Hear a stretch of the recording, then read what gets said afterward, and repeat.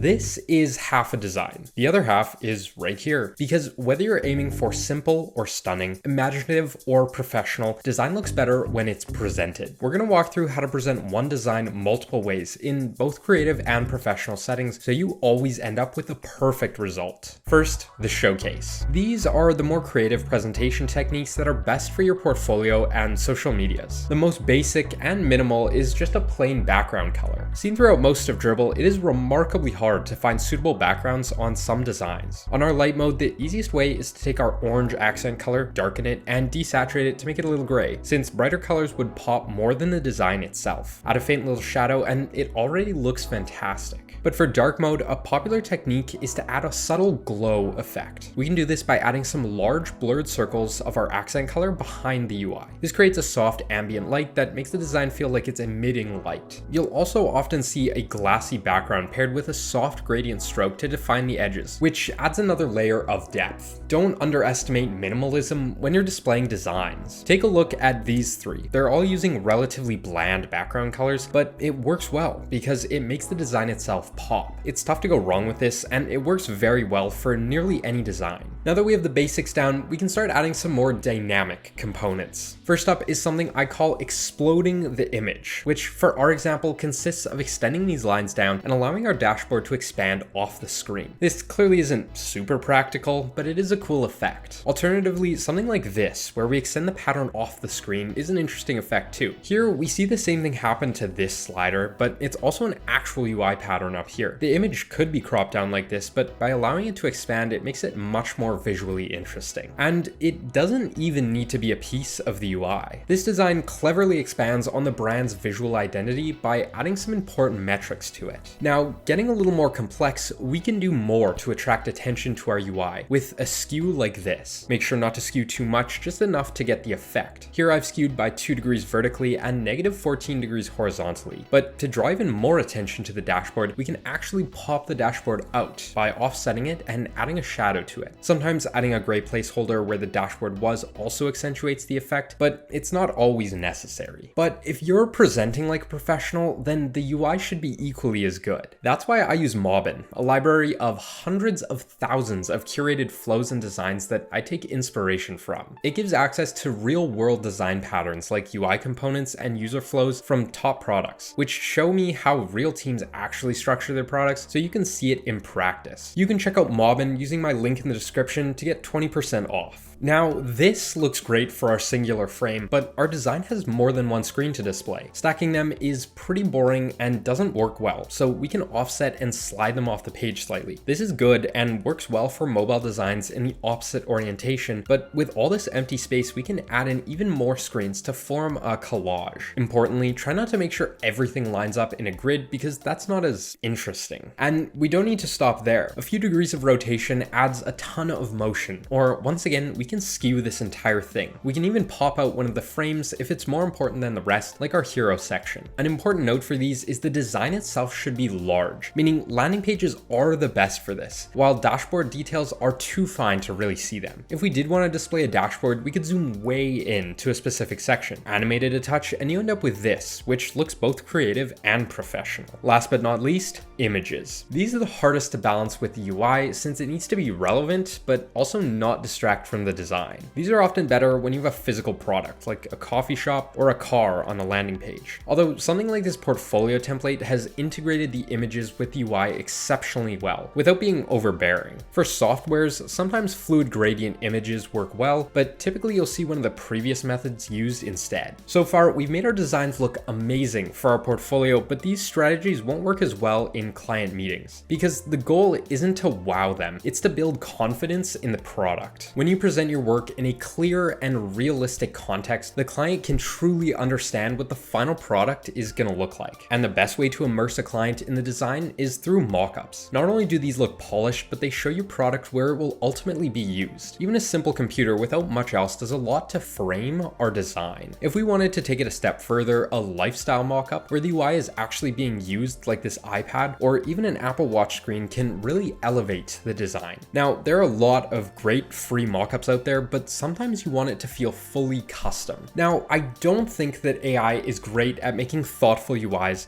but it is good at making mockups. The gold standard is to use the latest Apple products, so that's what we'll be doing. A prompt like MacBook Air, green screen on screen, on an orange faux leather padded chair, notebook and stool in background, background blurred, soft shadows, moody lighting, natural, lived in. Literally 30 words later, and we get out something that looks like this. We just punch out the green background and skew in our design, and we've got a custom product mockup in 2 minutes. But it doesn't stop there. Minimal concrete cylinders with small cracks, beige living room with water stain. It's the small details that sell the entire experience, just like with any UI design. And with AI, you can create any experience. This skill is also very useful if you're designing in e-commerce, since high quality product mockups are the difference between great and disastrous designs. Finally, prototyping. Don't describe, show. This allows the user to see the experience with a visual mockup and then feel the experience with a working mockup. It also lets you display intuitive but hidden features like common swipe actions. Or for a dashboard, it could be showing how this create link modal elegantly animates in, or the animation sequence that happens when you delete a link. It's these small details that communicate a level of polish and thoughtfulness that static images simply can't. And there we have 8 different ways of displaying your work in both creative and professional settings.